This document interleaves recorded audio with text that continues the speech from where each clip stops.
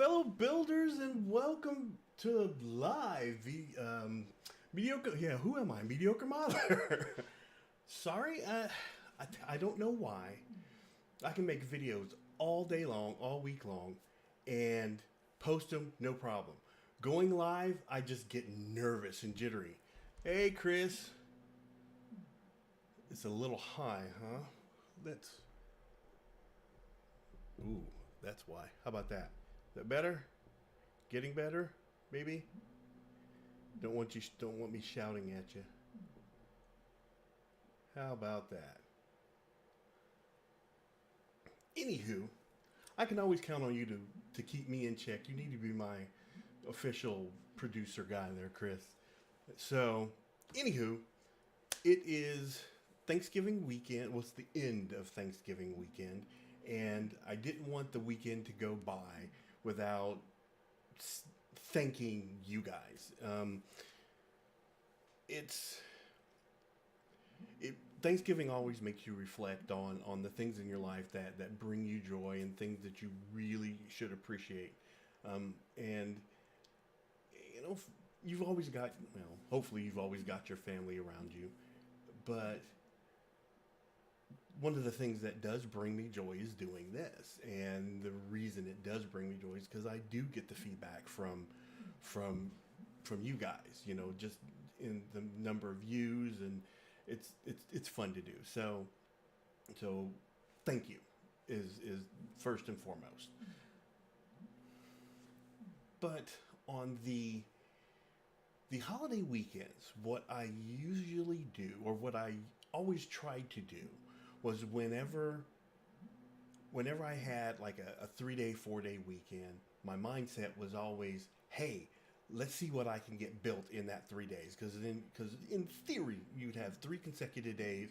You could start a model and finish it. So by this time Sunday night of a 3 day weekend, I should be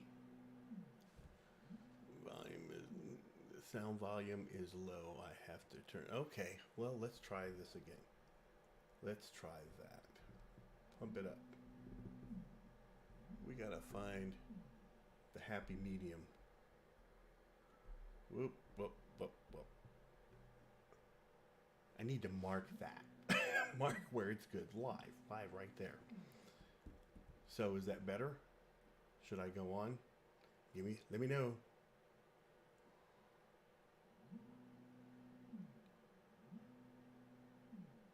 Okay. Checking. One, two. We're gonna move on, and hopefully Chris will let me know where my volumes are. I gotta get a hang on this live thing. But so by this time on the 3 day of a 3 day weekend, I can hear you fine. Beautiful. You're my guy, buddy. Okay, so by this time on a holiday weekend, I should be done, and I'd be going, look what I did, and I set it off to the side. So, being that this holiday weekend we were having family over in the new house and everything, really, I did and I didn't get to do that. So the model that I chose to work on for this one was the Pegasus. I mean, it's pretty much a straightforward build. I didn't think it was that big of a deal. Only problem is, I didn't get done. I got a good start on it, because what happens is, I say I'm just gonna burn through and get it built, and I'm not gonna worry about doing a whole lot of weathering because it's pretty much all one color, and I mean, it wasn't going in a contest, but that thing in the back of your head that makes you want to. Oh, thank you. The thing in the back of your head makes you want to just build to that level. You just, hey, I'm gonna build, and next thing you know, you're masking, and I gotta do this and that, and that's why I didn't get done. We're getting there. I wanted to actually, this part here, that the little tip of the nose is red on the oh, so you can't even see it, but yeah, it's right there. It's actually red. I put it in the wrong spot. So I had to remask it, repaint it, and I was in the process of doing that. And I wanted to say, I had so many things I was trying to do. I'm just like, you know what? I was going to do a video. I said, let's go ahead and just do this live. So that being the mindset, so I didn't get that done. It'll be done before the end of the week. I'll put some pictures up. But the other thing was, since we were having people over and we were putting things in boxes and getting stuff all set up for the house, I have the other room that had models in it on the shelves as well. Very long lag between my typing and responding. No big deal. So I went back to see when I started my first video, and I was also thinking about what models I was putting on the shelf, and I realized that there's a whole bunch of models that I have that I built that you've never seen. So I figured this would be a good time as I'm putting them on the shelf that I could kind of show you what they were. And so let's go back to I don't even know what the year was, but I've always had the mindset of scratch building in mind, especially if you're kind of a sci-fi builder. It goes in spurts, and like you'll get a bunch of like Star Wars models, and then they'll stop, or you'll get whatever the flavor of the day. Star Trek models, you get all the different ED whatever, and then they stop. So you go through these huge dry spells, and to compensate for the dry spells, I decided to do some scratch building. So one of the original kits that I have was the Sequest kit, all right? And this was fun to build, you know.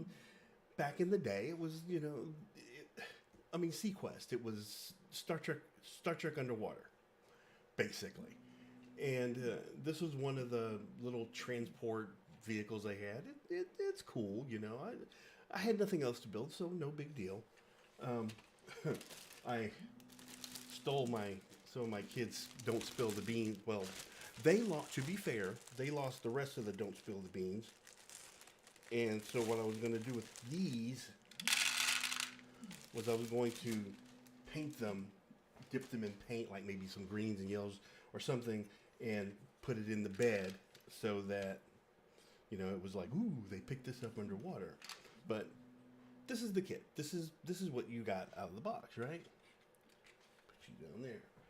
But I used some of the other pieces to make other models, like they also had the Stinger, right? Hold on.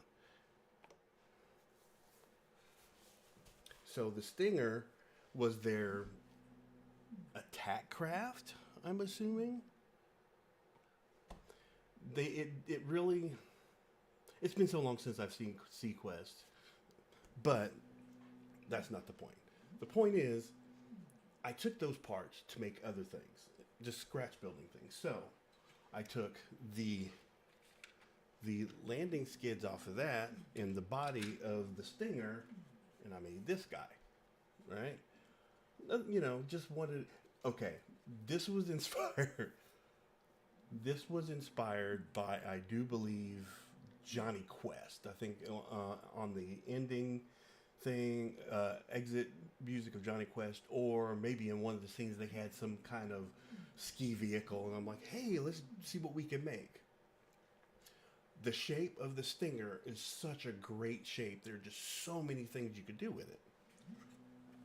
One of the other things I did was there was a beast kit, right? Check this out. So this is the beast kit, right? I really didn't like that tank that it was on, but I did like the Beast. So I built Beast, and I put him with some of my. I think that line that was by Toy Biz. They did a Storm. They did some other things, and so I went ahead and built the Beast and put it with my other X-Men. But then I was stuck with the tank, and so I'm like, well, what am I going to do with the tank? Well, there was a game on at the time that I was playing called Command and Conquer. All right. I loved Command and Conquer. It was a great game, and so you ended up you have your good guys, the GDI, and the bad guys, Nod, the Brotherhood of Nod, Global Defense Initiative, and the Brotherhood of Nod. And so I wanted to build some of these vehicles. So I build my using the tank from Beast and the Stinger. I made this guy. So because this is a World War One type tank, and it just really didn't interest me. So how do we make it interesting? So this is what I did with it, right? I think it came out pretty well. So you've got the sting. Well, let's see.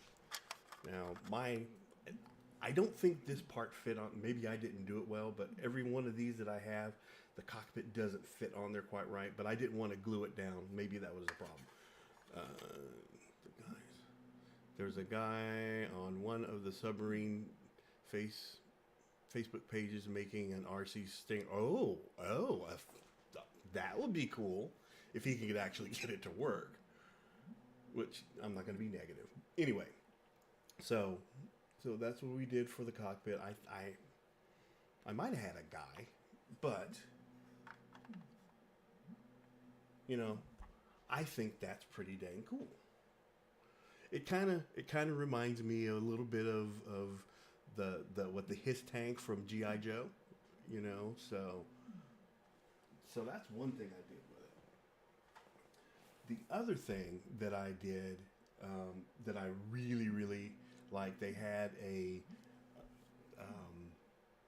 VTOL, vertical takeoff and landing vehicle. And it was like helicopter. I love those things, man. You just build the pad and the helicopter sits on it or whatever. And then I would put like 6 of them in a row. And I'm like, I need to go take that thing out. I just click on all 6 of them or 10 of them or 15 and they go and bomb something and come back. If I had a group of those, you couldn't touch me. But using the Stinger, I made it's Orca. It's called the Orca. And again, maybe I just wasn't a great model builder back then. Maybe I was the less than mediocre modeler. But again, using pieces to scratch build. So the main body is the regular main body. The side guns are from a helicopter. I do believe it was I can't remember what helicopter it was. Doesn't really matter.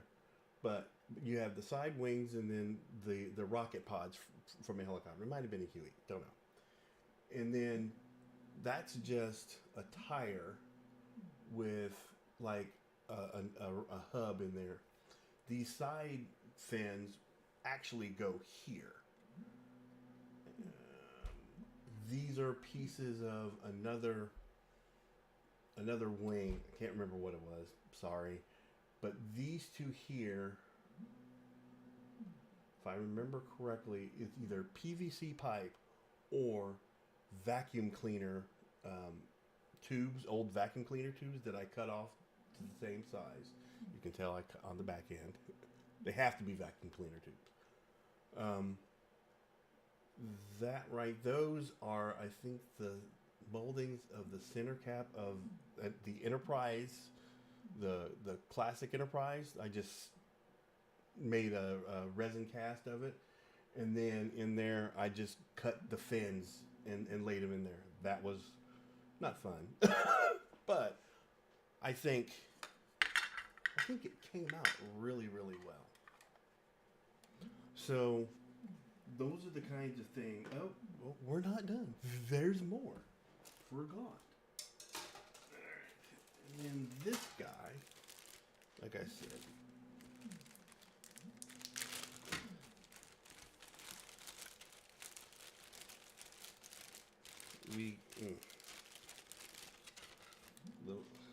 so we got this guy, which is just kind of I remember what this is. Okay. they came out with a model kit for the character Shizor, I think he's called, the Star Wars. They did a Star Wars book, and that was part of his ship. So the main body is that. Obviously, the head is the transport truck thing for the Sequest deal, and these were guns and wings of a Klingon bird of prey, just the tips, and then the feet. I want to say they're TIE fighter feet. I can't remember, but again, scratch building. I might have to use this in something. So anyway, but that's what the scratch building did for me. Just taking that one line of kit that was supposed to be what it was, and making it into the new stuff. So that's how I would fill my time on a 3D. See, I got the 3D printer going back in the back. That's how I would fill my 3-day weekends, 4-day holiday weekends, or whatever. And so, what do you do on your long weekends? What do you do to fill your time? Put the comments in below, and let's have a chat on that. But the main thing I wanted to say, again, was thank you for being a part of this little community. It means more than you could possibly imagine to be able to come on and do this and talk to you guys and get some feedback and just, just not necessarily be alone, because you're not alone. You're really not. You even when you're in your basement building, you could be chatting on Facebook with other builders, or live streaming, or live chatting with some of your buddies. So you're never really, really, really alone. But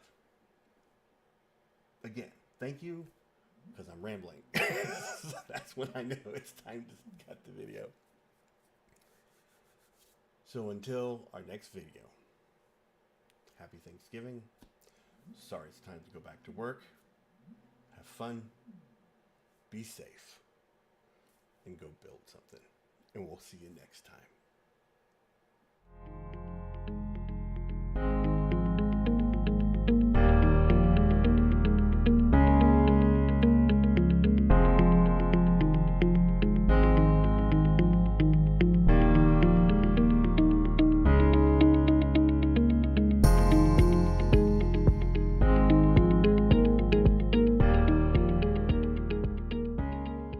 Pew pew pew pew pew pew pew pew pew pew.